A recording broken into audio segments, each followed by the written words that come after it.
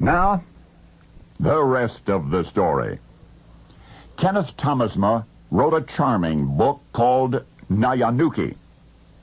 In Shoshone Indian, that name, Naya Nuki, translates girl who ran. With simple eloquence, the author relates the story of two young girls who were captured by a rival band of Indians on the Jefferson River, just upstream from Three Forks, and they were force-marched to an area near what is now Mandan, North Dakota. One of the young girls, age 11, was Sacagawea. She was traded to a French guide. The other little girl, Naya Nuki, separated from her friend, vowed to escape and eventually did. 4 years later, August 17, 1805, explorers Lewis and Clark came to an Indian settlement on the Beaverhead River. By now, Sacagawea has become a guide for that expedition.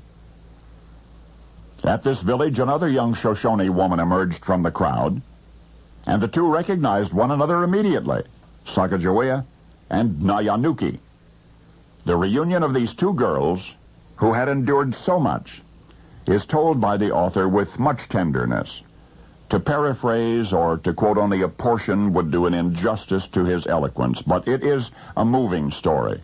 Both of these, as children, had faced child abuse worse than death, but each had fulfilled what was to become the American dream, freedom and independence.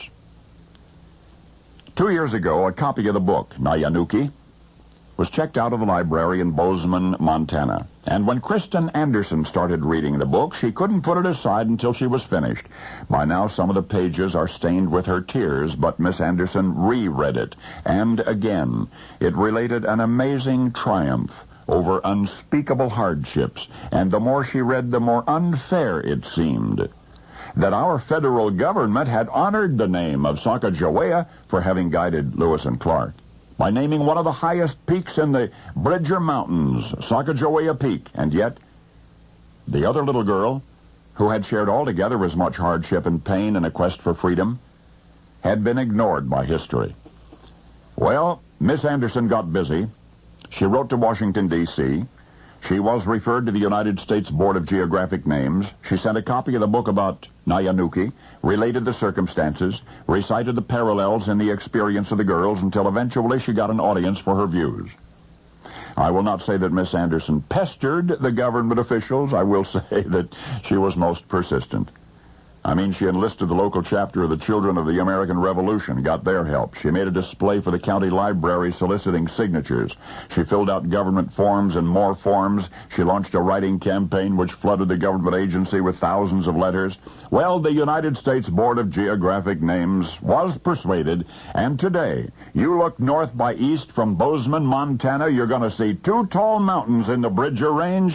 One of them is Sacagawea Peak, and the other, officially, and for whatever earthly time there is, the other is named Naya Nuki, a girl age 11 whom history had forgot, will now be remembered forever. Miss Kristen Anderson of Bozeman first read that book